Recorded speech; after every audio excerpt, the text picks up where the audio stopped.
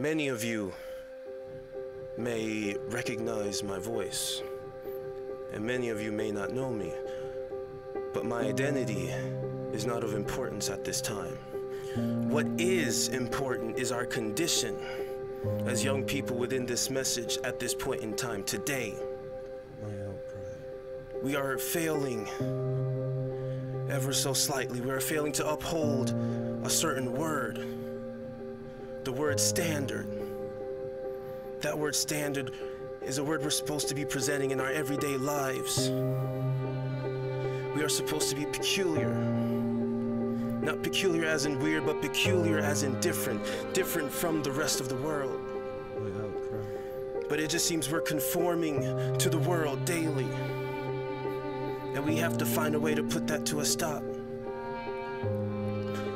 It seems sometimes we look at the message as something with rules, like a ball and chain to keep us from having fun, going out. But we should not be looking at the message as that. We should look at it as a lifestyle with guidelines to keep us on a straight and narrow walk with God. Sister White says, those who travel in the narrow way are talking of the joy and happiness they will have at the end of the journey. So I ask you, is it really worth it? Is it worth it to have fun today? Or would you rather have fun with Christ in the kingdom? I understand how sometimes one or two of these guidelines might get you down, might make you feel like, oh, I can't do anything. Like, for instance, Sabbath keeping. Believe you me, I know it well. I know how something might happen on Sabbath and you're like, oh, it's happening on a Saturday, but that's Sabbath, but I really want to go. And then we might sometimes actually go do the deed. But we have to uphold Sabbath keeping. I know how sometimes it might conflict with maybe school and work, but you have to have faith that God shall work it out in the end. A long time ago, back in high school, my faith was tested because I had to make a choice between taking a test or keeping Sabbath. And it so happens if I did not take this certain test, universities would not look at me. So I decided to have faith in the matter and I prayed about it.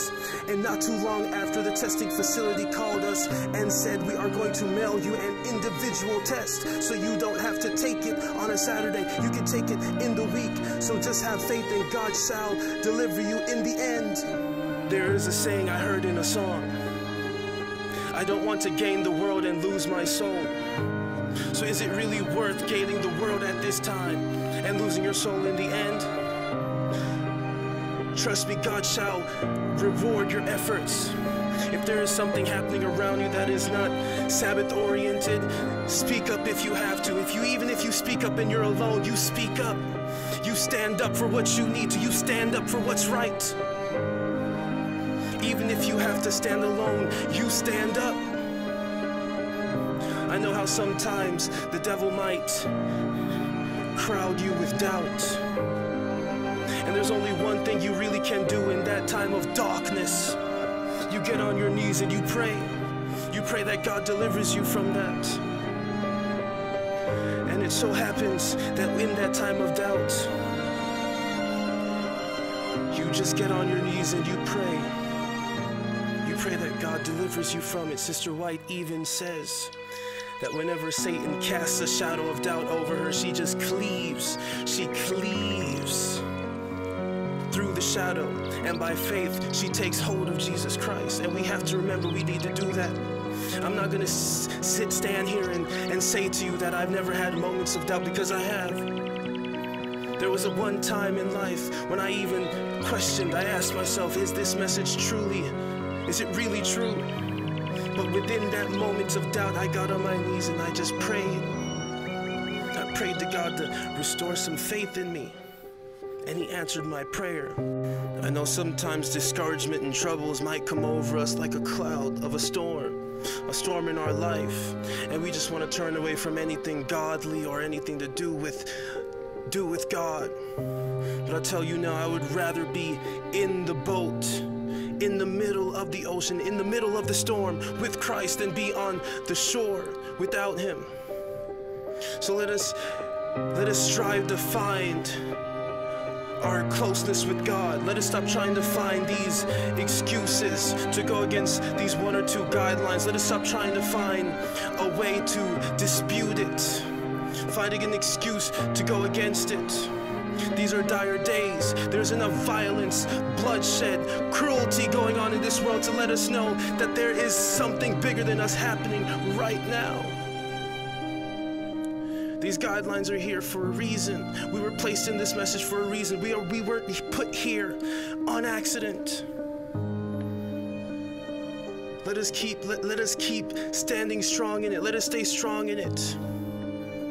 Even in relationships, let us try to keep our eyes and our vision within the message. Let's stop looking at outside potential of relationships. Let us stop trying to find a mate in the world. Let us try and keep it the way Christ would have it thus. This is not a holier-than-thou type of presentation. I am not using holier-than-thou diction. This is just to illustrate the grief I've been feeling for a very long time. This has been years inside of me. I've been meaning to want to say this for years, but it's just now wanting to come out. Let us not use the excuse nobody's perfect, because Sister White even states that we as sons and daughters of God, we should be content with nothing less than perfection. For Christ says, be ye perfect, even as your Father which is in heaven is perfect. So let us strive. Let us stop doing willingly and knowingly. Let us stop going against these guidelines in life. Unaware, we might commit a mistake, which is fine because God knows it was our mistake because we were unaware.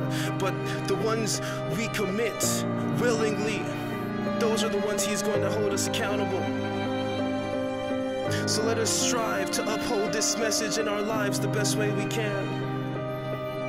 Because I would rather hear said to us, I would rather hear Christ say to all of us, well done, thou good and faithful servant. Enter thou into the joy of thy Lord. So let us stop wasting time in this world. Let us encourage each other. Let us pray for one another. So please do not let my outcry fall upon non-receptive ears. This is my humble appeal to us DSDA young people.